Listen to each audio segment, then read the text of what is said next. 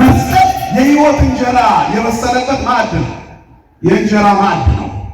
ልክ እመቤታችንን በመሶበ ወርቅ እንደምንመስላት መስቀልን ማዕድ አድርገን እንመስለዋለን።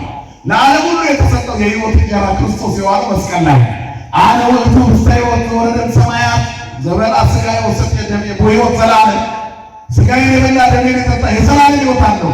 ከሰማያት የወረድኩ የሕይወት እንጀራ እኔ ነኝ። ይህንን ምን አድርጎ ሰጠን? ዮሐንስ 6 ላይ የተናገረ ጌታ በመጨረሻው ሰዓት በዕለተ ሐሙስ ይሄ የአዲስ ኪዳን ደሜ ነው ነገ ስለ እናንተ የሚፈሰው ላይ ይሄ ስለ ፍጥረት ሁሉ መካከል ሰይጣን አንቺን አጥብቆ ይጠላሻል ይላል። በጣም ሰይጣን በፍጥረት መሃል እመቤታችንን ይጠላል። ቀጥሎ መስቀልን ይፈራል። ማን ይመስገን? ምናምን እግዚአብሔር ይመስገን። ድንግል ማርያምንና መስቀልን ይፈራል። እግዚአብሔር ውስጥ ተገኘ በጫካ ውስጥ። የመጀመሪያው ዱር ክርስቶስ የተወለደባት ቤተልሔም ነው። አንቺ ቤተልሔም ሆይ ከይሁዳ ነገሥታት ከቶ አታንሽቅ፣ ወገኖቼ እስራኤልን የሚጠብቃቸው ንጉሥ ካንቺ ይወለዳል ተብሎ ተነግሯል። ወአንትኒ ቤተልሔም ምድረ ኤፍራታ ኢትትሐቲ እምነገሥተ ይሁዳ። በስመ አብ ወወልድ ወመንፈስ ቅዱስ አሐዱ አምላክ አሜን። ሰላም ገብርኤል መልአክ ላይ ማርያም ታይፈ ከመዘን መርዳት ወአቆቱ እግዚአብሔር አለ ሲሰለና መጽሐፍ ወአፉ ሙሴለ እምኮነ ጸያፍ ራቂ ተጻሩ ኢኮኖሚ አፍ ወደ ቤታችን የመጣውን ቅዱስ ወንጌል መልካም ምስራች የትውልዱን ብስራት የአዲስ ኪዳን መልእክት አንቺና አስተች ሳይሆን በጎልዳፋ አንደበት የተመሰከረ መንፈስ ቅዱስ ለኔ አንደበት ለሁላችንም ደግሞ ሰሚ ጆሮና አስተዋይ ልቦና ይሆናል። መምህራችን መጋቤ ሃይማኖት ሲሳይ የዚህ ታላቅ ደብር የስብከተ ወንጌል ኃላፊ ክቡር ሊቀ መምህራን መምህር ቃላው የዚህ ታላቅ ደብር የትርጓሜ መጻሕፍት መምህር ክቡራን መምህራን ሊቃውንተ ቤተክርስቲያን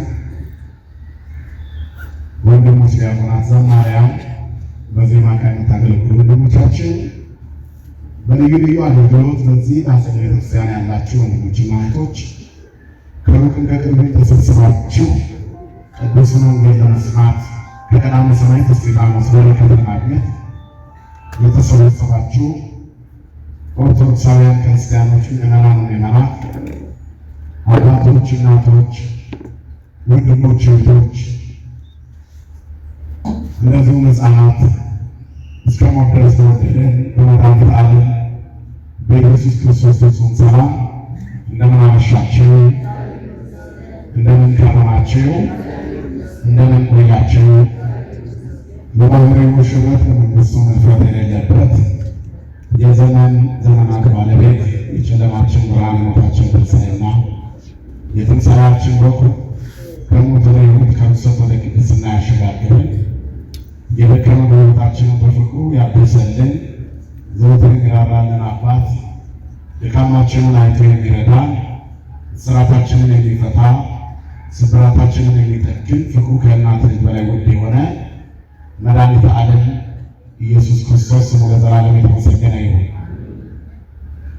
ለዓለም ሕዝብ ሁሉ የተስፋ ምንጭ የድነት ማስገኛ የሆነች እግዚአብሔርን የምናይባት የሕይወት መስታወታችን ስለአምላክ የምንነጋገርበት ሰማያዊ ቋንቋችን በዕድሜያችን መንፈስ ማስረዘሪያ ቀመር የምሕረትና ትዕግስት የተፈተኑ እመቤት ቅድስተ ቅዱሳን ንጽሕተ ንጹሐን ሣሊተ ምሕረተ ማርያም ሰማዕት እናታችን ድንግል ማርያም ስለ አማላጅነቷ ስለ እናትነቷ ስሟ የተመሰገነ ይሁን።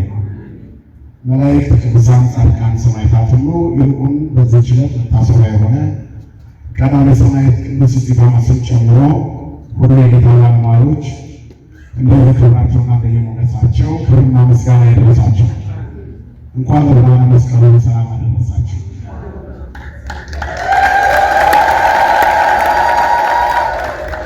በመካከላችን ክፍተት ቢኖርም በእኛና በእግዚአብሔር መካከል ስለሌለ በደንብ አመስግኑ። ለእግዚአብሔር ይመስገን። እሺ፣ እንኳን አደረሳችሁ።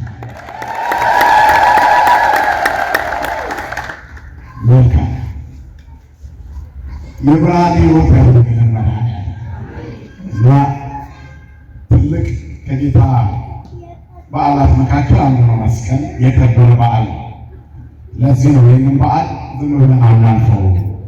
ላደረሰን አምላክ ምስጋና ማቅረብ ተገቢ ስለሆነ ከዚህ ባሻገር ደግሞ እንኳን አደረሰን የሚለው ቃል በምድር ላይ ለእግዚአብሔር ታምነን የመኖራችን ምልክት ያለሱ መድረስ ያለመቻላችን አዋጅ ስለሆነ ምስጋና ይገባዋል። ይሄ መግለጽ ያስፈልጋል። በራሱ ለዚች ቀን የደረሰ የለም። በራሱ ፍላጎት የሄደ የለም።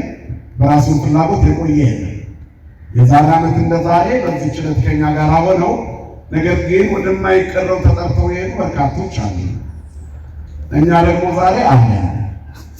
ስለዚህ እስካለን ድረስ እንኳን አደረሰን እንባባላለን።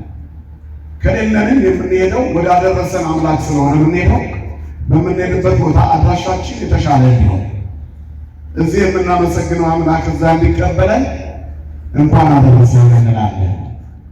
እድሜ ሰጥቶ በበረከት በዚህች ቀን እንድንቆይ ፈቀደ ማን ነው? እግዚአብሔር። እግዚአብሔር የማይመሰገንበት ጊዜ የለም። እግዚአብሔር ዘላለማዊ አምላክ ነው። እኛ እንለዋወጣለን፣ እናልፋለን። የማያልፈው እሱ ነው። ዘመናትህ ከቶ አያልፉም። አንተ ነህ፣ ሁሉን እንደ መጎናጸፊያ ትለዋውጣቸዋለህ ይላል መዝሙረኛው ዳዊት። ስለዚህ ሁሉ የእርሱ የሆነ ለቀዳማዊነቱ ጥንት ለዳህራዊነቱ ፍጻሜ ነው። ቸርነትና በጎነት የባህሪው ስለሆነ እንድንቆይ አደረገ። እርግጥ ይህ ዓለም ለጊዜው የምንቆይበት እንጂ ለዘላለም የሚያኖረን እንዳልሆነ ሁላችንም እናውቃለን። የምንሄድበትን ቦታ ስላልቀመስ ነውና ስለማናውቀው ሞትን እንፈራለን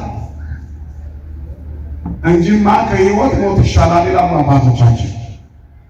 ለተዘጋጀና እግዚአብሔርን ለጠበቀው እዚህ ካለነው የሄዱት ይሻላሉ። አለመዘጋጀታችን ምድርን እያጣጣምን ሰማይን እንድንፈራ አደረገን። ሞትን መፍራት በክርስትና ለሚኖር ሰው ሰማይ መግባት እንደ መፍራት ነው ያሉ አባቶቻችን። ምክንያቱም ሰው መሞት አይፈልግም፣ መጽደቅ ግን ይፈልጋል። መንግሥተ ሰማያት መግባት ይፈልጋል።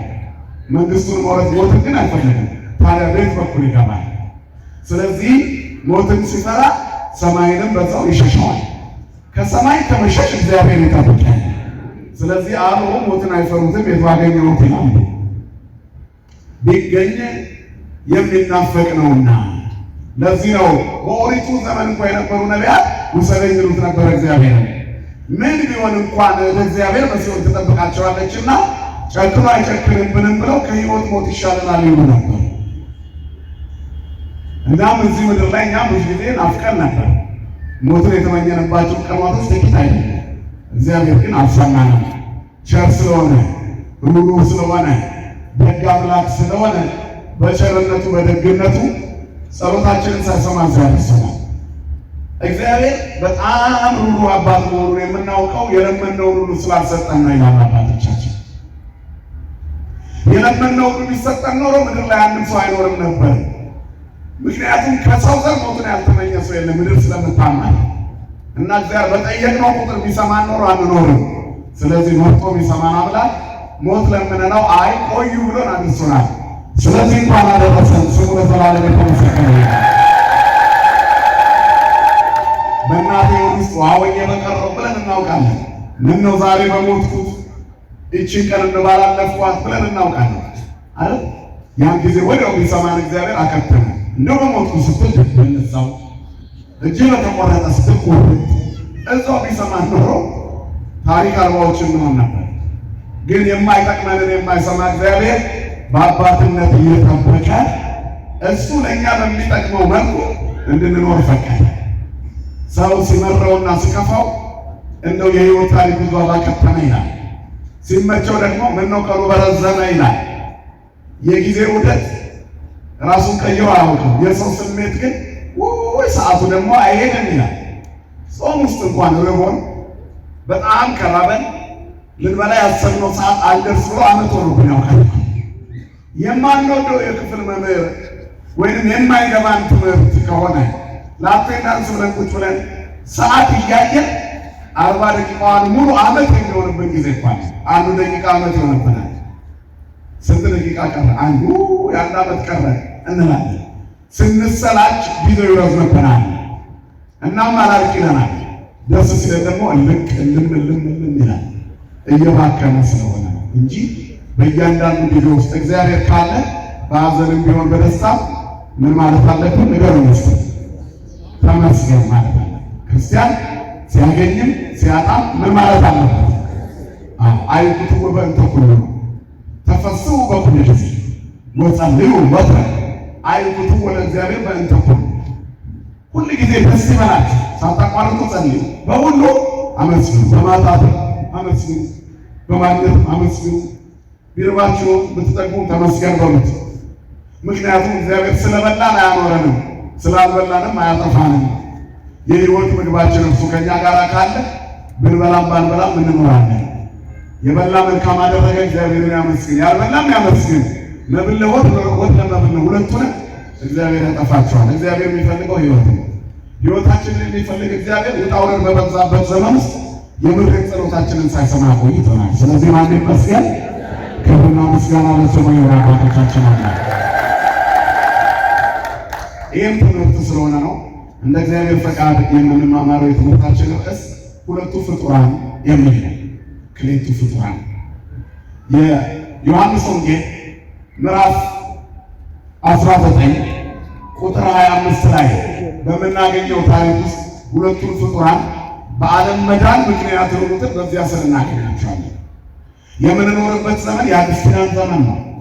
ብሉይ ያለፈበት፣ አዲስ የተገለጠበት፣ ሞት የተሻረበት፣ ሕይወት የነገሰበት፣ የከበረበት፣ ቅድስና የነገሰበት፣ ምስጋናችን ወደ ሰማይ የሚያርግበት፣ ጸሎት የሚሰማበት የቀደመው ዘመን የሰው ልጅ ኃይሉ የደከመ ጸሎቱ የማይሰማ ደካማ ፍጥረት ነበር።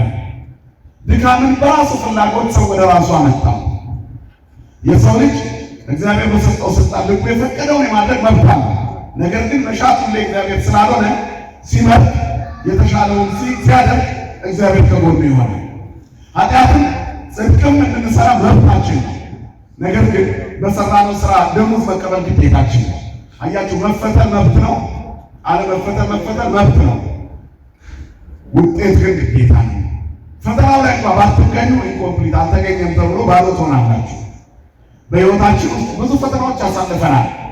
ያለፈውን ዓመት እንደ መጽሐፍ ገልጠን ብናየው 366 ዘመነ ማቴዎስ 365 ዘመነ ማቴዎስ የሆኑ ቀናት እግዚአብሔር ለኛ የሰጠልን የሕይወታችን መጽሐፍ ነበር። የአንድ ዓመት መጽሐፍ እና ሲገለጥ ሁሉ ተጽፎበት ነበር። ያልተገኘንባቸው ጊዜዎች ነበሩ።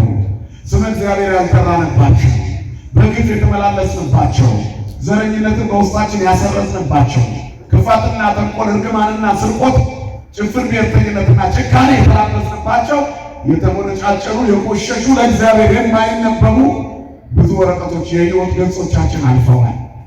ያለፈው ዘመን ይበቃል ብለን በአዲስ ተፈጥሮ እንድንቆም እግዚአብሔር ሁላችንን ይርዳል። ስለዚህ ሰው ያሁኑ ተሰጥቶት እያበላሸ መጥቷል። ዛሬም እዚህ የደረስነው እግዚአብሔር ፈቅዶልን እንጂ እኛ ንጹሐን ሆነን አይደለም። እንዲህ እግዚአብሔር በንጽህና እድሜ ሰጥቶ የሚያቆይ ቢሆን እስከ ዛሬ እነ ቅዱስ ጳውሎስ በቆዩ እና አቡነ ተክለ ሃይማኖት በቆዩ እነ ቀዳማዊ ሰማዕት እስጢፋኖስ ዛሬ በኖሩ፣ ግን በጊዜው ይወስዳቸውና እነሱን የሚተኩ ሌሎች ቅዱሳን ያፈራል። ስለዚህ የማትነጥፋ ቤተክርስቲያን ማኅፀነ ለምለም የሆነች ተዋሕዶ ሌሎች እስጢፋኖሶችን እያፈራች ከእስጢፋኖስ በኋላ በድንጋይ ያልተወገረ ማን አለ? ከእስጢፋኖስ በኋላ መከራ ያልተቀበለ ማን አለ? ከተክለ ሃይማኖት በኋላ ስንት መነኮሳት ወጡ? ከገብረ መንፈስ ቅዱስ በኋላ ብዙ ግዑዛን ስውራን ቅዱሳን አባቶቻችን በየገዳማቱ አሉ። ክብርና ምስጋና ለአምላካችን እግዚአብሔር። ስለዚህ እግዚአብሔር አገልጋዮችን ይተካል፣ ቅዱሳንን ይተካል። እነዛን አሳልፎ አይደለም ከፊት አስቀድሞ እንድንከተላቸው ያሳየናል። ቅዱሳንን መምሰል ክርስቶስን መምሰል ነው። ስለዚህ በሕይወት ጉዞ ውስጥ እግዚአብሔርን ለመምሰል እንደመጓዝ ያለ መንፈሳዊ ቅድስና መስመር የለም።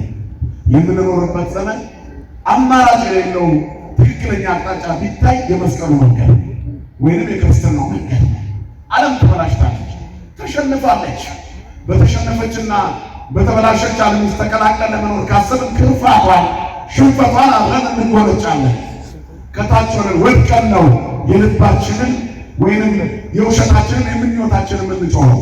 ስለዚህ ክርስቲያን በሕይወት ውስጥ የሚኖርበትን የሚመስለውን እንዲኖር የተጻፈልንን እንድንኖር የተመዘገበልንን መንገድ እንድንሄድ በቅዱሳን አሰረጽ እንድንጓዝ የአዲስ ኪዳን መንገድ ጥርት ብሎ መስቀሉን አሳይቶናል። ዓለም ተሸንፋለች።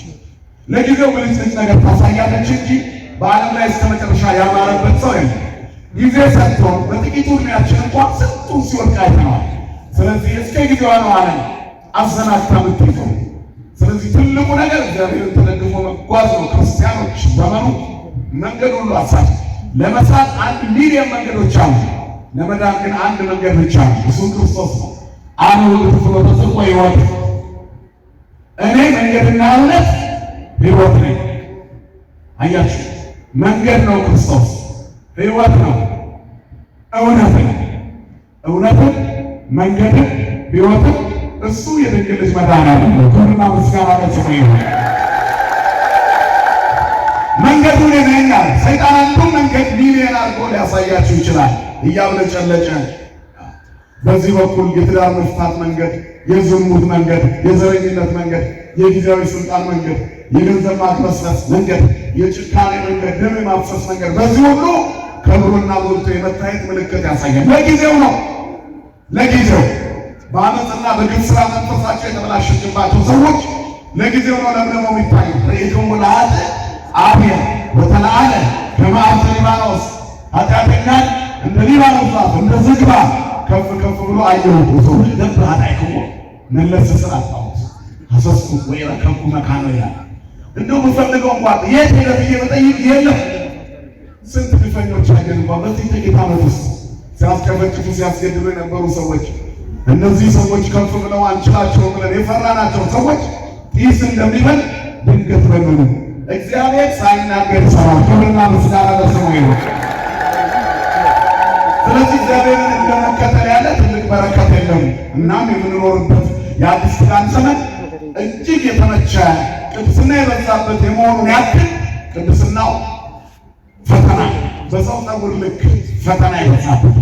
እስመ በብዙ ጻማ ወድካም ሀለወን እንባ ውስተ መንግሥተ እግዚአብሔር። ወደ እግዚአብሔር መንግሥት በብዙ ድካም መግባት አለ። ቀድመን ስንፈጠር ለጥፋት የዳረገን ሰይጣን በክርስቶስ ከዳንን በኋላ እንኳን ደግመን ተሰብረን እንድንቀር ድጋሚ የሚውጠውን ፈልጎ እንደሚያገሳ አንበሳ በዙሪያችሁ ይሰፍራል። ስለዚህ በመጠኑ ንቁ ይላል። ትልቅ ንቃት ያስፈልጋል። አዲስ ኪዳን ታዲያ አሁን ነቅተን እንድንኖርበት አምነን መንግሥተ ሰማያት እንድንገባበት የተገለጠልን የአዲስ ኪዳን ሕይወት በሁለት ፍጡራን በኩል ለዓለም ድኅነትን ሰጠ። የመጀመሪያዋ ፍጥረት እማይከላ አንስት መርጦ በብስራተ መልአክ ካለ ወንድ ዘር እግዚአብሔርን ትወልጂዋለሽ ተብላ የተመረጠች ምድራዊት ነገር ግን በምድር ላይ ያለች ዳግሚት ሰማይ የተባለች ድንግል ማርያም እናታችን ናት። ስሟ ለዘላለም የተመሰገነ ይሁን። ከእሷ የተወለደው መድኃኒት እግዚአብሔር ከዚያ የተሰቀለበት ሁለተኛው ፍጥረት መስቀለ ክርስቶስ ወይንም ዕፀ መስቀል ይባላል። መዝሙረኛው ዳዊት ስለዚህ ነገር ሲነግረን በዱር ውስጥ አገኘነው ይላል። ተዘከሮ እግዚአብሔር ለዳዊት ወለኩሉ የዋሃቱ፣ አቤቱ የዳዊትን ግርነቱን የዋህነቱን ሁሉ አስብ። በከመ መሐለ ለእግዚአብሔር ወበጽሐ ለአምላከ ያዕቆብ፣ ለያዕቆብ አምላክ እንደተሳለ ለእግዚአብሔርም እንደማለ ወደ አልጋዬ ወደ መኝታዬ አልገባም፣ ለዓይኖችም እንቅልፍን ለሽፋሽፍቶችም መከደንን አልፈቅድም፣ ወደ ቤቴ ጣራ ስር አልገባም፣ ኢይበው ውስተ አራተ ቤቴ፣ ወደ ቤቴ መኝታም አልገባም፣ ለእንቅልፌም ለቀራንንቴ እንቅልፍ መተኛትን አልፈቅድለትም አለ። እስከ ረክብ መካኖ ለእግዚአብሔር፣ የእግዚአብሔርን ማደሪያ አገኝ ዘንድ ከገነት ተባሮ የሚከራተተው አዳም ወደ ቤቱ እንዲመለስ እግዚአብሔር በምድር ላይ ማደሪያ ይፈልግ ነበርና፣ ስለዚህ እግዚአብሔርን ማደሪያ እስከማገኝ ድረስ አልገባም ማለት። የያዕቆብ አምላክ እግዚአብሔር የሚያድርበትን እስከማገኝ ድረስ አንተ ወታቦተ መቅደስከ፣ አንተና የመቅደስህ ታቦትና ካህናቲከ ይለብሱ ጽድቀ፣ ካህናቶችም ጽድቅን ይለብሳሉ ይላል። እግዚአብሔርን በክብሩ ሲጠራው በመቅደሱ ታቦት በተገለጠበት። ነገር ግን ይህንን አምላክ ይህን ካለ በኋላ እነሆ በዱር ውስጥ አገኘነው ይላል እግዚአብሔር። አንቺ ቤተልሔም ሆይ የኤፍራታ ምድር ሆይ ከይሁዳ ነገሥታት ከቶ አታንሽም። ኢትዮጵያት ነገሥተ ይሁዳ እስመ እምኔኪ ይወፅእ ንጉሥ ዘይርዕዮሙ ለሕዝቤ እስራኤል። ከዚህ በኋላ እስራኤል በሥጋ ብቻ አይደለም። እስራኤል ዘነፍስ የሚባለው በአንዱ በልጁ የሚያምነው ዓለሙ ሁሉ የሚጠበቅበት እረኛው ክርስቶስ በጉ የሚወለድበት ምድር አንቺ ትሆኛለሽ። ጦጣና ዝንጀሮ የሚዘልብሽ ጫካ ሆነሽ አትቀሪም። ክርስቶስ ካንቺ ይወለድብሻል የተባለችው ጫካ ቤተልሔም ጫካ ነች። በታሪክ መዛግብት ውስጥ ለእንግዶች ማደሪያ ስፍራ አልተገኘም የሚል አሳዛኝ መዝገብ ተመዝግቦ ታገኛላችሁ። የነፍሳችን እረኛ ክርስቶስ ወደ ዓለም ሲመጣ ዓለም አልተቀበለውም። ለሰው ሁሉ የሚያበራው እውነተኛው ብርሃን ወደ ዓለም ይመጣ ነበር፣ ዓለም ግን አልተቀበለውም ይለናል ዮሐንስ ወንጌል። ብርሃነ ጽድቅ ዘያበርህ ለኩሉ ሰብእ ዘይመጽእ ውስተ ዓለም። ለሰው ሁሉ የሚያበራው እውነተኛው ብርሃን ወደ ዓለም ይመጣ ነበር። ጨለማ የማያሸንፈው ብርሃን፣ ጨለማውን ሊገላለጥ፣ ሐዘን ትካዜን ሊያስወግድ፣ የደከመ ጉልበትን በፍቅር ሊያድስ፣ በሞቱ ሕይወትን በመታረዙ ጸጋ መልስ ሊሰጠን እግዚአብሔር ወደ ዓለም ሲመጣ ዓለም አልተቀበለውም። ዓለም ታሟል፣ ሐኪሙ ሲመጣ እምቢ አለ። ዓለም ሞቷል፣ የሚያስነሳው ሕይወት የሆነው ክርስቶስ ሲመጣለት እምቢ አለ። ጨለማ ዓለም ክርስቶስን አልተቀበለውም ይለናል መጽሐፍ። ስለዚህ ለእንግዶች ማደሪያ ስፍራ አልነበረምና ጫካ ውስጥ ሄደው በግርግም በዋሻ ውስጥ በዚያ ተወለደ። ሁለተኛው በዱር ውስጥ አገኘነው ተብሎ የሚገለጥለት ሁለተኛው ፍጥረት ከጫካዎች መካከል የእጽዋት ንጉሥ ተብሎ የሚጠራው ክርስቶስ እጆቹን ዘርግቶ የዋለበት መስቀለ ክርስቶስ ነው። ክብርና ምስጋና ለስሙ ይሁን አምላካችን እግዚአብሔር። ስለዚህ ሁለቱ ፍጡራን ይባላሉ እነዚህ። የዮሐንስ ወንጌል ምዕራፍ 19 ቁጥር 25 ላይ ወይቀውማ ሀበ መስቀሉ ይላል እሙ ለኢየሱስ። የዮሐንስ ወንጌል ምዕራፍ 19 ቁጥር 25 ላይ ወይቀውማ ሀበ መስቀሉ ለእግዚእ ኢየሱስ እሙ፣ የክርስቶስ ኢየሱስ እናቱ በመስቀሉ ስር ቆማ ነበረ። ሁለት ፍጥረታት ለዓለም መዳን ቀራንዮ ላይ እናያቸዋለን። አንደኛዋ ወልዳ ጡቷን አጥብታ አሳድጋ በጀርባዋ ተሸክማ ተሰዳ በእያንዳንዱ እንቅስቃሴ ውስጥ ዋና ዋና ቦታ እየታየች መጣ። ከ3 ዓመት ከ3 ወር 30 ዓመት ከሷ ጋር ኖሮ ከዚያ አገልግሎት ከጀመረ ከ3 ዓመት ከ3 ወር በኋላ ዕፀ መስቀል ላይ ሲሆን ምን አድርጓችሁ ነው እያለች እንባዋን ጨርሳ ውስጧ ቆስሎ መስቀሉ ስር መድኃኒት ልትሰጠን የቆመች ዓለም ከሕመሙ እንዲድን የመድኃኒት እናት የሆነች ድንግል ማርያም ናት። ስሟ ለዘላለም የተመሰገነ ይሁን። ሁለተኛው ደግሞ ዓለም ሁሉ እንዲድንበት የወንጀለኛ መሰቀያ ሆኖ ሲኖር የነበረው መስቀል መድኃኒት ሊሆን ሊሰቀል የነሐሱ እባብ ምሳሌ ሆኖ የሚቆመው እውነተኛው መድኃኒት ክርስቶስ በዚያ የዋለበት ዕፀ መስቀሉ በዱር ውስጥ አገኘነው የተባለ ንበው እንከሰ ውስተ አብያተ ለእግዚአብሔር። ሁለቱም ሲጠራቸው እንግዲህ ወደ ማደሪያዎቹ እንገባለን። መስቀልን ማደሪያው ነውና ወደ መስቀል ገብተን ጌታን እናገኘዋለን።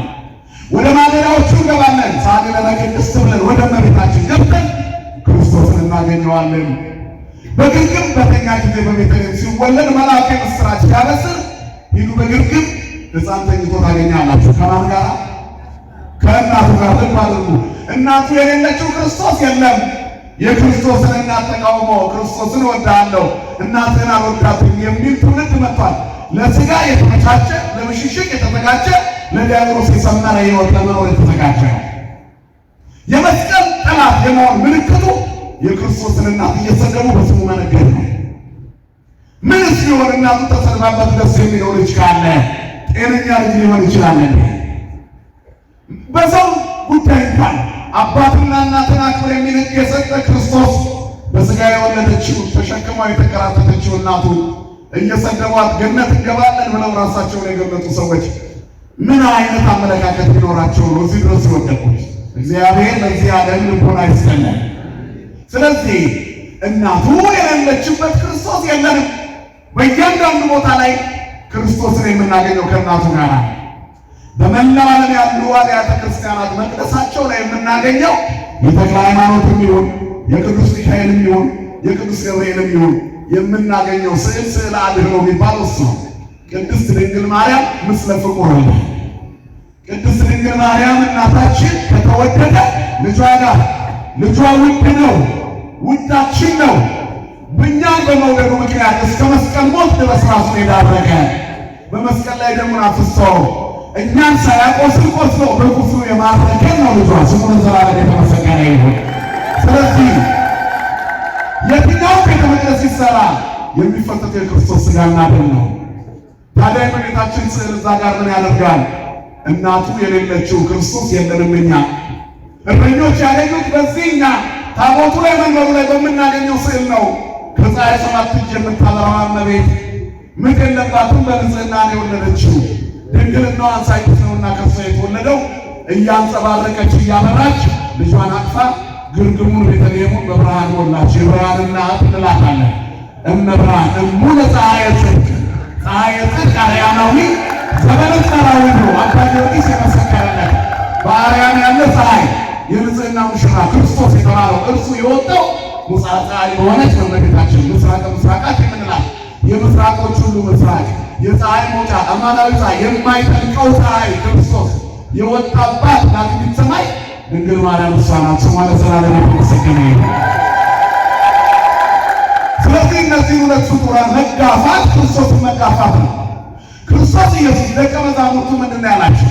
ዘኪያቱም ተወክፈ ኪያየ ተወክፈ፣ እናንተን የሚቀበል እኔን ይቀበላል፣ እኔን የሚቀበል ደግሞ የላከኝን ይቀበላል። ማንም በደቀ መዝሙር የስብከት ቃል ቢያጠጣ የደቀ መዝሙሩ የደቀ መዝሙሩ ዋጋ ያገኛል ይላል። እንግዲህ ለክርስቶስ ልዩ የሆኑ ምርቶች እነሱም የተቀበላቸው የነሱን ዋጋ ካገኘ ድንግል ማርያምን መቀበልና ማክበር ምን ያህል እንደሚገባ እሱ እግዚአብሔር ቅዱሳኑ እንዲነኩበት አይፈልግም። በድፍረትና በትዕቢት አሌሎን ለከናፍሮ በሆኑት ይላል። በድፍረትና በትዕቢት በቅዱሳን ላይ የሚናገር አፍ ወዮለት ነው የሚለው መጽሐፍ። አመፃን የሚናገር ከንፈር፣ ክፉ ቃላትን የሚናገር ወዮለት ነው የሚለው። በአንድ ወቅት ሙሴ ኢትዮጵያዊቱን አገባ ይላል። በበረሃ በመንገድ ላይ ሳለ አሮንና ማርያም እህተ ሙሴ ማርያም ማለት የኦሪቷ ሁለቱ እህቱና ወንድሙ ናቸው። አጉረመረሙበት። ለምን ኢትዮጵያዊ ያገባል ብለው። ማን ነው ሙሴ? ሙሴ እንደኛ ሰው አይደለም ወይ? እንዴት ይሄን ያደርጋል አሉ። ተናግረው ሳይጨርሱ የእግዚአብሔር ድምፅ መጣ። በመካከላችሁ ነብይ ቢኖር እኔ በላይ እገለጥለታለሁ፣ ሙሴ ግን እንደናንተ አይደለም፣ የእግዚአብሔርን ፊት ያያል ብሎ ሁለቱንም ቀጣቸው ይላል። ክብርና ምስጋና ለስሙ ይሁን። እግዚአብሔር ለቅዱሳኑ ቀናኢ ነው። ሙሴን አስቡትና ቅዳሴን እመቤታችን እናገራለን። ክርስቶስ በሙሴ እግዚአብሔር በሙሴ ገጽ ላይ የተመሰገነ አምላክ ነው። በደብረ ሲና በተቀደሰው ተራራ ላይ 40 ቀን ሙሉ በነበልባል ከእግዚአብሔር ጋር ሲነጋገር ቆይቶ ነበር። ሙሴ ታቦቱን ከተቀበለ በኋላ ጽላቱን አስገብቶ በዚያች በደብተራ ኦሪት በኦሪቷ ድንኳን ውስጥ ከእግዚአብሔር ጋር እየተነጋገረ ይወጣ ነበር። ሙሴ እግዚአብሔርን አነጋግሮ ሲወጣ የፊቱ ቁርበት ያንጸባርቅ ነበር። ስለዚህ እስራኤላውያን ተገልበብ ለነ ሙሴ ይሉት ነበር። ሙሴ ሆይ ፊትን ሸፍንልን፣ አንተን ማየት እግዚአብሔርን ስላናገረ ማየት አቃተው። የበቁ ቅዱሳን በምን ይታወቃሉ ከተባለ ባለመታወቅ። በምን እንለያቸዋለን? ባለማየት። ከዓይናችን ይሰወሩብናል። ሰዎች እየበቁ ሲመጡ በስጋ ዓይን አይታዩም። አንዳንድ ጊዜ አንዳንድ አርቲክሎች ተጽፎ ስታዩ የበቁ አባት አንድ ነበሩ፣ እዚህ ቦታ ላይ አግኝቻቸው የሚጻፍ ታገኛላችሁ ፌስቡክ ላይ። እሱ ነው ያበቃቸው እንጂ ሰውየው አልበቁ። እሱ ካያቸው እንዴት ይበቃሉ? ከፌስቡክ ላይ ተንጠልጥለን ሳንሆን መብቃት እኔ ከባድ። እዛ ውስጥ እንኳን ሆነ የበቃ ሰው ካለ ለእኛ መገለጥ የለበትም። ምክንያቱም ቅዱሳን ቅድስናቸው እንዳይታይ ይሰወራሉ። በዚህ እኮ ነው የሚታወቁት። ስለዚህ ትዕቢት የእግዚአብሔርን ፊት እንዳናይ ይከለክለናል። ትሑታን ደግሞ የእግዚአብሔርን ፊት ያሉ ሙሴ ትሑት ነበርና ለወገኖቹ ተቆርቋሪ አዳጌ በቀል ነበርና ሙሴ ደግና ትሑት ሰው ስለነበር የእግዚአብሔርን ፊት ያያል። የእግዚአብሔርን ፊት የአምላኩን ፊት ያያል ሙሴ። ከዛ ሲሆን ሙሴ ፊቱ እንደ ፀሐይ አንጸባረቀ። ተሸፈንልን አሉት። ሙሴ እግዚአብሔርን ያየበት መንገድ ስላናገረው ነው። ቀጥታ እግዚአብሔርን ፊት ያየ ማንም ሰው የለም ይላል መጽሐፍ። ያንን ሙሴ ፊቱ አንጸባርቆበት ስላናገረው ፊቱ አንጸባርቆ ለሕዝብ መታየት እስኪሳነው የሙሴን ፊት ያበራ እግዚአብሔር ከእመቤታችን ተወልዷል። ያንን እግዚአብሔር እመቤታችን 9 ወር ከ5 ቀን በማኅፀኗ ይዘዋለች። ጡቷን አጥብተዋለች። አልቅሶ እሽሩሩ ብለዋለች። በጀርባዋ አዝላ የግብፅን በረሃ አቋርጣ ተሰዳለች። ወርኃ ጽጌ አሁን መስከረም 25 ይገባል። ያደሰ መድኃኒዓለም ስደቷን የምናስቡት። ስለዚህ እመቤታችን ምን ያህል ትክበር እንግዲህ አስቡት። ዝም ብላችሁ አስቡ። ሙሴ እግዚአብሔርን ስላናገረ ፊቱ ካበራ እግዚአብሔርን የወደደችውን ያህል ትክበር። ስለዚህ እመቤታችን ላይ ያልተገባ ነገር ማድረግ ማለት ትልቅ ኪሳራ ነው። የሥጋም የነፍስን ኪሳራ። ሰይጣን ምን ቢያውቅ እንኳን በዚህ ደረጃ ነው። ሴቲቱን አሳዷት ሲያቅተው ነው የሚለው በተማ ውጥቱ አርዌ ለይእቲ ብእሲት ይላል። አውሬው ተቆጣ በሴቲቱ ላይ አሳደዳት። ወንዝ የሚያህል ምራቅ ተፋ። መርን ረዳቻት። አፏን ከፍታ ውሃውን አወጣችው። ሴቲቱ እንዳደረሰባት ሲያውቅ ወሆረ ይጽኦም እግዚአብሔር በእነዚህ በኩል መጣ። በእመቤታችን ማኅፀን በኩል በሥጋ ተገለጠ። በመስቀል በኩል ደግሞ ለዓለም ራሱን በሞት ገልጦ ፍጡራንን በሙሉ አዳነ። ክብርና ምስጋና ለስሙ ይሁን አባቶቻችን። ስለዚህ እመቤታችንን የሚያክል የለም። የአብ ክብራ ለማርያም እምኩሎሙ ቅዱሳን እስመ ድኅኖ ወቆሙ ተወክፎ ቃለ አብ። አባ ኤፍሬም ሶርያዊ በውዳሴ ማርያም ከቅዱሳን ክብር የማርያም ክብር ይበልጣል፣ የአብን ቃል ለመቀበል የተገባች ሆናለችና። ይእቲ ተአቢ እምኪሩቤል ወትፈደፍድ ሱራፌል። ይቺ ከኪሩቤልና ከሱራፌል ከሰው ብቻ አይደለም ረቂቃን ከሆኑ መላእክት ትበልጣለች። እስመ ኮነት ታቦተ ለአሐዱ ዘእምቅድስት ሥላሴ ከሦስቱ አካል ለአንዱ አካል ማደሪያ ሆናለች። አብ ወልድ መንፈስ ቅዱስ አንድ አምላክ እንላለን። በአካል 3 በስም 3 በግብር 3 በባህሪ በመለኮት አንድ። ከአባቱ አጠገብ ሳይለይ ቃል ወደ እመቤታችን መጣ። ሳይወሰን ጸነሰችው። ከላይ ሳይጎድል ከታች ሳይጨምር ድንግል ፈጣሪዋን ወልዳ እሽሩሩ አለች። እቺ ከፍጡራን ሁሉ ትበልጣለች። ስሟ ለዘላለም የተመሰገነ ይሁን። ስለዚህ ሁለቱም ፍጡራን ያለው ይሄንን ነው። ድንግል ማርያም በመስቀሉ ስር ቆማ ነበረ። እግዚአብሔር ለምን ሰው እንደሆነ ታውቃለች። ወትወልድ ውስተ ልባ በልቧ ይዛ ተጠብቀው ነበር ዓለምን እንደሚያድን። በዚህ ልክ መከራ መቀበሉ ግን ልቧን አሳዝኗት ነበር። ነገር ግን ለፍጥረት ሁሉ እጹብ የሆነ ክርስቶስ ዓለምን የወደደበትን መንገድ በመስቀሉ ሲገልጽ እመቤታችን እዚያ ነበረች። መስቀልና ድንግል ማርያም አይለዩም። ነገረ ድኅነትን ስንመሰክር ሁለቱን ሳንጠቅስ አናልፍም። ዓለም ድኛም ነው አዲስ ኪዳን ከጠቀሰ ሁለቱን አይነቅፍም። ሁለቱን ከነቀፈ በስሜ ይመጣል ነው የተባለው። ሌላው ክርስቶስ ነው የሚያመልከው። ትክክለኛውን ክርስቶስ የሚያመልክ ከሆነ ከቤተልሔም እስከ ቀራንዮ ሲገለጥ ከእመቤታችን ማኅፀን የወጣው ክርስቶስ መስቀል ላይ የወጣው ገልጠ ነው ማለት ነው። ያለዚያ ስለዚህ የአዲስ ኪዳን ሕይወት ይሄንን ይመስላል። በግርግም የተኛው ሕፃን የተሞሸረው በደም ነው። በቤተልሔም አልቅሶ እናቱ ሽሩ ያለችው በደስታ የወለደችው ውስጧን በጣም የጎዳው ያለ ምጥ ተወለደው እንጂ ሲሰቀል አምጣ ነበረ። በዚያ ምጧ ውስጥ ግን እኛ ወልዳለች። አንድ ጸሐፊ ድንግል ማርያም ለልጅ ልጆች አሏት እያሉ ያወሩ ሰዎች አሉ። አዎ በሏቸው፣ ምክንያቱም እኛ አለንላት ይላሉ። ክብርና ምስጋና ለአምላካችን ለእግዚአብሔር። በማኅፀን በኩል ኢየሱስ ክርስቶስን ብቻ ወለደችው። አንድ ናት ለእርሱ፣ እርሱም ለእርሷ አንድ ነው። ከዚያ በኋላ የእመቤታችን ሕይወት የሰማዕትነት ሕይወት ነው። ከተጸነሰችበት ጊዜ ጀምሮ የመከራ ኑሮ መጥታለች። እሞሙ ለሰማዕታት የምንላት ለዚህ ነው። አሁን መስቀሉ ጋር ደርሰናል። ለሁሉ የተሰጠ ትልቁ መስቀል ክብር ዓለምን ሊያድን ተንከባክባ ያሳደገችው ልጇ 30 ዓመት ከእርሷ ጋር ኖረ። አሁን ወደ ዮርዳኖስ ሄደ፣ ተጠመቀ። 40 ቀን ተፈትኖ ሲመለስ በቃና ዘገሊላ ሰርግ ነበረ። ወደ አገልግሎቱ ሲወጣ በዚያች በቃና ዘገሊላ ባደገበት መንደር ውስጥ ሰርግ ተደግሶ እናትና ልጅ አይለዩምና ስላደገ ትልቅ ስለሆነ መምህሩም ተጠራ። ደቀ መዛሙርት የመለመለበት ሰዓት ነበር ያ ሰዓት። ከዚያ በኋላ በቤተ መቅደሱ በሰርግ ቤቱ ውስጥ እነርሱ ተቀምጠው ጎደለ፣ ሊጎድል የማይገባው ነገር ጎደለ። የሰርግ ውበት የሆነው ሰርግን የሚያደምቀው የወይን ጠጅ ጎደለ። ወይን ያስተፈስልበት ሰብ ይላል መጽሐፍ አይደል? ልብን ደስ የሚያሰኘው ወይን ጎደለ። ሰርግን ሰርግ የሚያሰኘው ወይን ጎደለ። ዓለም 5500 ዘመን ወይን ጎድሎት ይኖር ነበር። ያ ወይን የሚያሰክረው ወይን አይደለም፣ የሚያድነው ወይን ነው። በመጽሐፋችን እውነተኛ የወይን ግንድ እኔ ነኝ፣ ገበሬውም አባቴ ነው፣ እናንተ ደግሞ ቅርንጫፎቼ ናችሁ። በእኔ ላይ ስትሆኑ ታፈራላችሁ። ክርስቶስን ያልተደገፈች ነፍስ አታፈራም። አብ እንደ ወይን፣ ወልድ እንደ ወይን፣ ወመንፈስ ቅዱስ እንደ ወይን ይለና አባ ሕርያቆስ አሐዱ ውእቱ እንደ ወይነ ሕይወት ዘቦቱ ጥዕመ ኩሉ ዓለም ሁሉ የጣፈጠበት እውነተኛ ወይን አንድ እግዚአብሔር ነው ይላል። ክብርና ምስጋና ለስሙ ይሁን።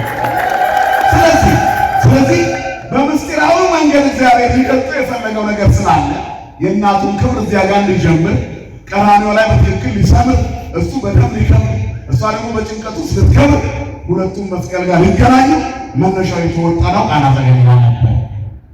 ሲጨነቁ ውስጥ ያሉት የሰው ጭንቀት የሚገባት እናት ቀድማ ተመለከተች። ደቀ መዛሙርቱ እየሰሙ ወደ ልጇ ተነስታ ምንም ያለችው ልጄ የወይን ጠጅ የላቸው ወይኔ አብሮ አልቋል አይደለም ያለችው። ልብ በሉ የላቸውም ያለችው አልቋልና የላቸውም ይለያያሉ እንዳትረሱ። አልቋል ቢሆን የመጀመሪያው ጥንስስ ላይ ጨምርበት ነበር። አልቋ ነው ግን እሷ የለም ነው ያለችው። ክርስቶስ የሚሰጠው ወይንም በዓለም ጥንስስ ላይ የሚሰራ አይደለም። ኦሪት አለፈች አዲስ ተጀመረች ሲል ነው። ይሄ ብቻም አይደለም። እግዚአብሔር የመጀመሪያው ስድስቱን የድንጋይ ጋኖች በደንብ እንጠቧቸዋል፣ እንጥፍጣፊ ምንም እንዳይኖር። ከዚያ በኋላ ንጹህ ውሃ ሞላቸዋል። ሕይወት እንደዚህ አዲስ ኪዳን ታጥበን ተንጠፍጥፈን ኦሪቱ ከኛ ላይ ወልቆ በአዲስ ኪዳን እንቆማለን። ወደ ኦሪቱ የምንሄደው የታሪክ ጣፋጭነትና የአዲስ ኪዳንን አመጣጥ እያጠናን እንጓዛለን። ትእዛዛቱን ተቀብለን አድሰነው እንቀጥላለን። ኦሪታዊ ሆነን ግን አንኖርም። ከዚህ በኋላ አሮጌ ነገር ሁሉ አልፏል፣ ሁሉ በክርስቶስ አዲስ ሆኗል። ይሄ ከድንግል በተወለደው በቀራንዮ ተከናውኗል። ክብርና ምስጋና አምላካችን ለእግዚአብሔር። ስለዚህ የተወደዳችሁ የእግዚአብሔር ቤተሰቦች ከዚህ በኋላ ያለው ነገር እጅግ ጣፋጭ ነው። የመጀመሪያው ወይን ማለቁ በሰው የተጀመረ ነገር ሁሉ ያከትማል ነው። ብቻችንን ሰርተን የምናዳርሰው ነገር አለመኖሩ ነው ምልክቱ። ሌላው የመጀመሪያው ወይን ማለቁ ኦሪት ማለቁ ነው ብያቸዋል። ስለዚህ እግዚአብሔር ሲጨመርበት ሙሉ ይሆናል። ሁለተኛው ወይን አዲስ ሆኖ መሰራቱ ክርስቲያኖች ሳይጠመቁ ልጅነት ሳያገኙ ነገረ ሥጋዌን ሳያምኑ በቤተልሔም የተወለደውን ከእናቱ ጋር አግኝተው እጅ መንሻ ሳይሰጡ እናቱን ሳያከብሩ እሱን ሳይወዱ የክርስቶስ ሆኖ መቀጠል አይቻልም። አዲስ ኪዳን ሙሉ መቀበልን ይጠይቃል። ከዚያ በኋላ ክርስቶስ ለእሷ ያላት ቃል አለ። ወይን ከያልኩ ምስጢራዊ ጥያቄ ነውና የጠየቀችው እናትና ልጅ በሚባሉበት ቋንቋ። ከዚህ በኋላ ምድር በማለቅ አትጨነቅ፣ አንገት መንፋት አይኑር፣ መሸማቀቅ አይኑር። የእመቤታችን ልመና ርብይት ናት፣ ስሟ የተመሰገነ ይሁን። ርብይተ ሕሊና ሁለመናዋ በርኅራኄ የተሞላላት ብስራተ ገብርኤልን ከመስማቷ በፊት እመቤታችን ቅድስት ድንግል ማርያም በወርቅ ጫማ ውሃ ታጠጣ ነበረ። በቤተ መቅደስ ያደገች እመቤት በቤተ መቅደሱ ባደገችበት የንጽህና መንገድ መላእክት እያየች ነበር። ምድራዊ ምግብ አልተመገበችም። ስለዚህ ድንግል ማርያም እናታችን በመስቀሉ ስር ከመገለጧ በፊት በቃና ዘገሊላ በሚደነቅ ተአምር ልትገለጥ ተነስታ ቆማ ወይን ከያርቦሙ የላቸውም ዓለም ሕይወቱ አልጫ ሆኗ ውሃዋን ይሸትሮ የሚኖረው ዓለም ባዶ ነው። ስለዚህ እሷን ያስጨነቃት የዶኪማስ ጓዳ ብቻ አይምሰላችሁ።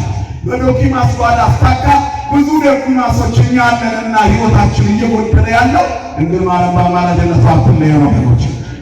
ስለዚህ ቤታችን የዶኪማስ ጓዳ ሆኗል። ድንግል ካልተገኘች አይሞላም። ወይን ከያልኩ የላቸውም። ጓዳ ላይ አስተናጋጆቹ በሩን ዘግተው ምን እንደሚሰጡ ግራ ገብቷቸው አሳላፊውን ተጨንቆ አሳላፊው ሊቀ ምርፋቁን ተጨንቆ እጃቸውን አጣምረው ግራ ገብቷቸው በራቸውን ዘግተዋል። ሄዳ ጠራቻቸው። ምን ብሏል? ምን ምስሌኪ ኦ ብእሲቶ አዲ ይመጣ ጊዜ አንቺ ሴት አላት ከአንቺ ጋር ምን አለኝ? ጊዜ ገና አልደረሰም። ከአንቺ ጋር ምን አለኝ? የቃናውን የሚያስታውስ ጊዜ ቀራንዮ ላይ ገለጠ። እናቴ ሆይ አንቺ ሴት ነው ቃል ገባል። ለምን እናቴ ሆይ አላላትም? የኛም እናት ሊያደርጋት እያዘጋጃት ነው። አንቺ ሴት የሚለው ቃል የዕብራውያን አነጋገር ነው። ሁለተኛ የክብር ጥሪ ነው። በክብር ነው የጠራት። እናቴ ሆይ ብሎ ቢጠራት ኖሮ የክርስቶስ እናት ሌላ የማን እናት ትሆን ነበር? የማንም እናጣት ነበር። እንዳናጣት ቀራንዮ ስር ሊሰጠን ስለተዘጋጀ ቸሩ ጌታችን፣ ሩሩ አዳኛችን፣ እውነተኛው መድኃኒታችን ክርስቶስ ኢየሱስ አንቺ ሴት አላት። እናቱን ስሙ ለዘላለም የተመሰገነ ይሁን። አንቺ ሴት አላት ካንቺ ጋር ምን አለኝ? አሁንም ልጅሽ ነኝ ነው ማለት ያዘዝሽኝን ላላደርግ ምን አለኝ? ጊዜ ግን ገና አልደረሰም ማለት እኔ የተወለድኩት ዓለምን ለማዳን ነው። መልአክ እንደነገረሽ እግዚአብሔር አምላክ የዳዊት የአባቱን ዙፋን ይሰጠዋል፣ ዓለምን ያድናል፣ በዳዊት ዙፋን ለዘላለም ይነግሣል። ካንቺ የሚወለደው ከሦስቱ ቅዱስ አንዱ ቅዱስ ነው እያለ ነግሯል። ከሥጋሽ ሥጋ ከነፍስሽ ነፍስ ነስቶ እግዚአብሔር ካንቺ ሰው ይሆናል ተብላለች፣ ታውቃለች። እሷ ስለምታውቅ ለደቀ መዛሙርቱ እዛ ላሉትም እንዲያውቁ ነው የተናገረችው። ከዚያ በኋላ ይህን ካላት በኋላ ስለገባት ጊዜው ገና ነው። እኔ እውነተኛ ወይን ሆኜ የሚያልቅ ወይን አሁን ሰጣችኋለሁ፣ የማያልቅ ወይን ግን የምሆንበት ጊዜ ገና ነው ስላት፣ ያ ሲሆን በመስቀል ስከብር አንቺን በጭንቀት ትከብሪያለሽ፣ ዕፀ መስቀሉ የኔ ደም ፈሶበት ይከብራል። ሁለቱ ፍጡራን ሊከብሩ እዚያ ቀራንዮ ላይ ሊገለጥ ቃል ኪዳኑ ቀና ተገኝታ ይጀምራል። የተናገረውን የማያስቀር እግዚአብሔር በዚያ ጊዜ ስድስቱን የድንጋይ ጋኖች ዋ ብሎ በዝምታ ብቻ የዚያን ሰርግ ታሪክ ቀየረ። ክብርና ምስጋና ለስሙ ይሁን። እግዚአብሔር የሁላችንን ታሪክ ይቀይርልን። ነገሮች ሰዓታችን እያለቀ ስለሆነ ቶሎ ቶሎ ልናል። ከዚህ በኋላ ወደ ቀራንዮ ወስደናል። ቀራንዮ ስንደርስ የምናገኘው ትልቅ ክብር መስቀሉ ነው። እርጥቡን መስቀል ተሸክሞ የቀራንዮን ኮረብታ ሲወጣ ድንግል ማርያም ከ14ቱ ምዕራፍ ላይ አንደኛው ምዕራፍ ላይ ታገኘዋለች።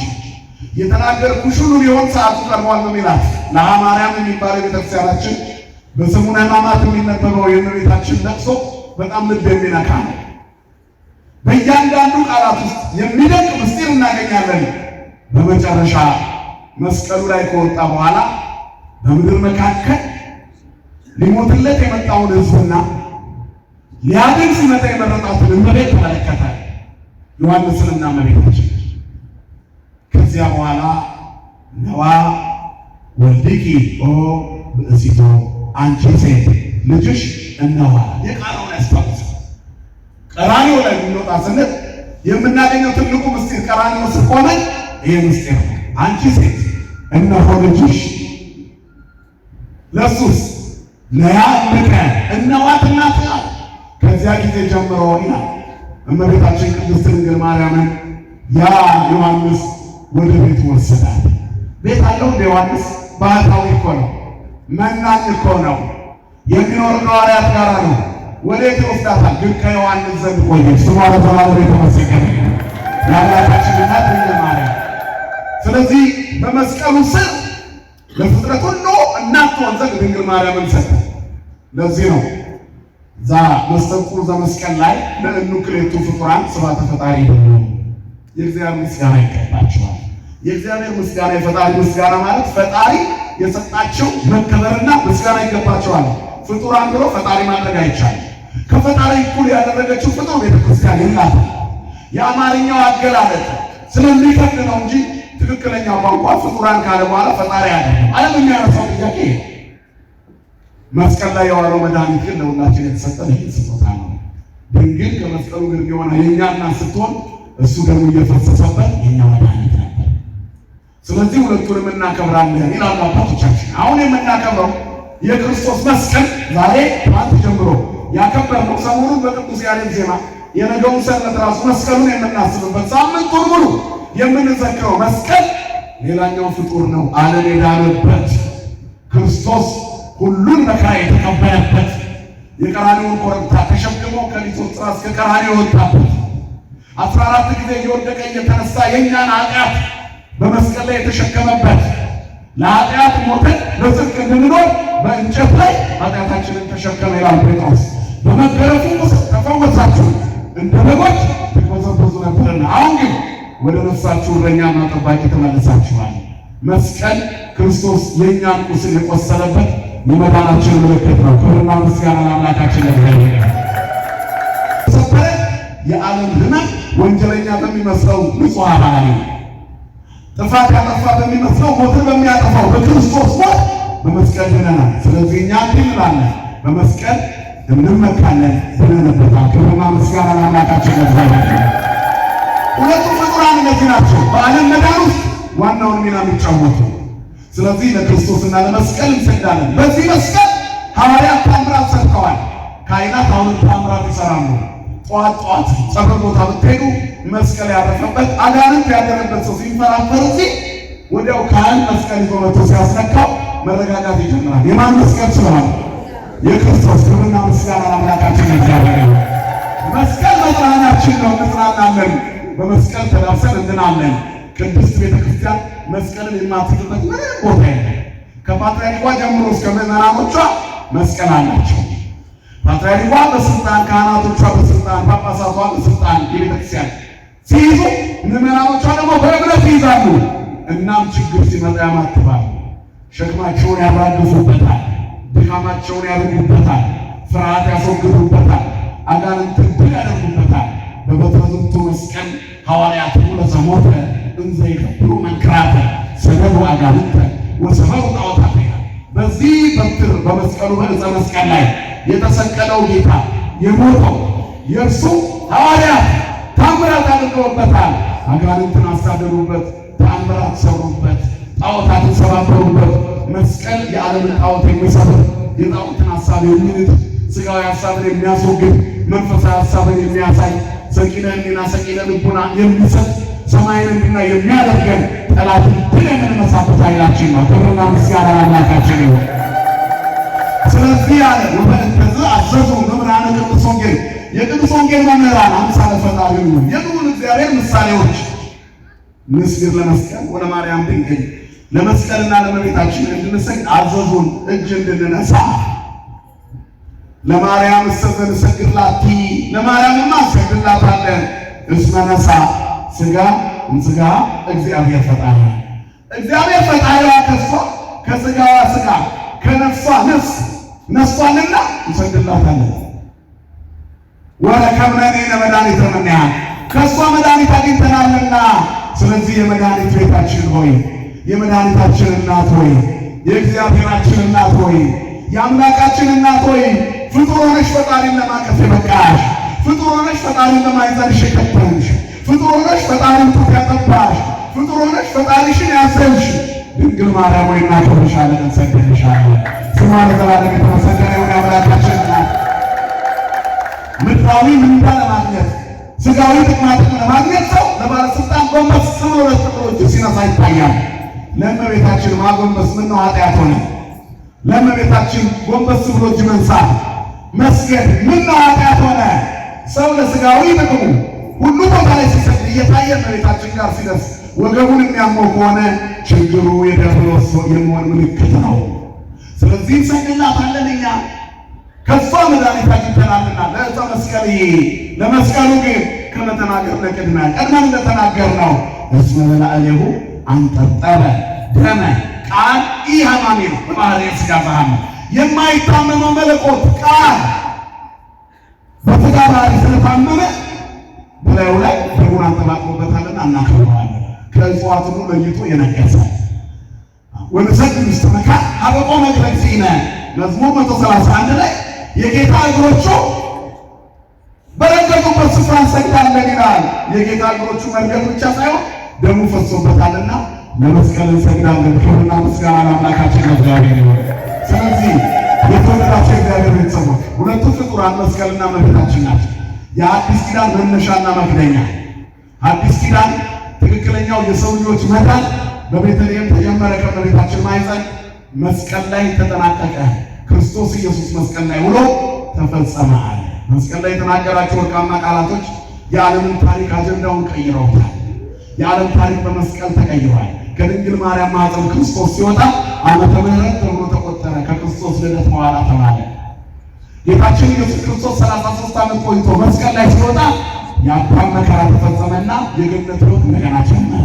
አዳም ከወጣበት ገነት 5500 ዘመን ሞልቶ ሰላም ለእናንተ ይሁን በሚል የምስራች ቃል ወደ ገነት ተሰብስበው ገቡ። ስለዚህ መስቀል ገነትን የከፈተ ነው። እመቤታችንና መስቀል የሚገለጡባቸው መንገድ አለ። ሁለቱም በስብሰው አልቀሩም፣ ሞተው ተነስተዋል።